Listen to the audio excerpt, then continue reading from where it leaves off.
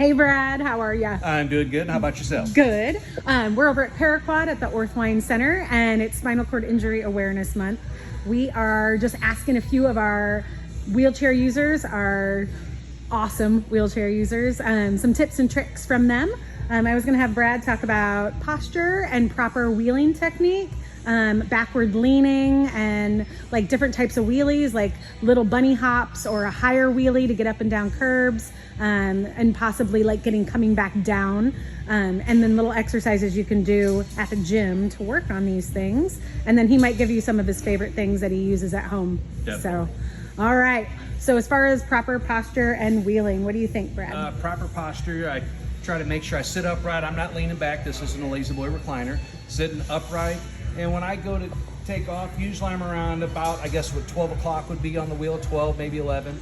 Grab, reach down, nice push down as I go forward. My shoulders are kind of coming back and going forward as I do it. And when my hands are forward, I'm releasing, reaching back, grabbing around that 10 to 12 spot, and then push it again.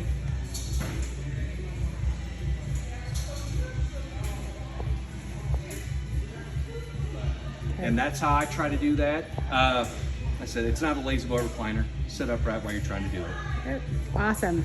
And then wheelies. So it's necessary to get those front casters up and over tiny cracks in the ground. Even something like a tiny little lip or a little crack can send you shooting forward if you don't lift up those casters. So it's a super quick stop. I'm sure everybody's pushed a shopping cart somewhere and that front wheel's hit a little bitty rock and all of a sudden it stops real quick.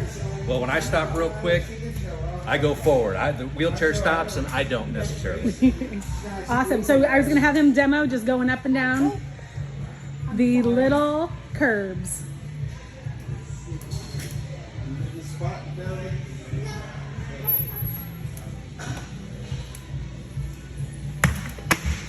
Nice.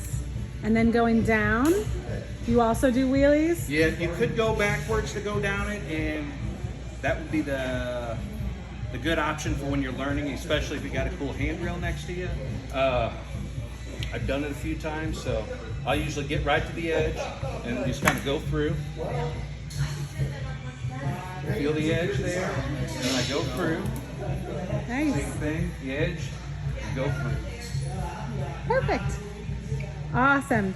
And when you're doing that, when you're practicing that, what are things that you've done to practice that technique?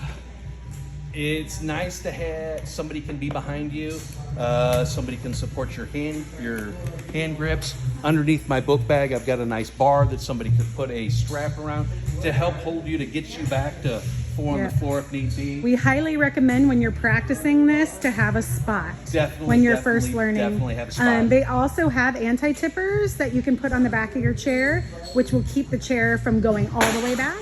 If you put some serious momentum, you could still tip, but it will definitely help. Definitely. So ask us here at the gym if this is something you want to practice, and I'll find you a manual wheelchair user maybe to pull in and help you as well. Definitely.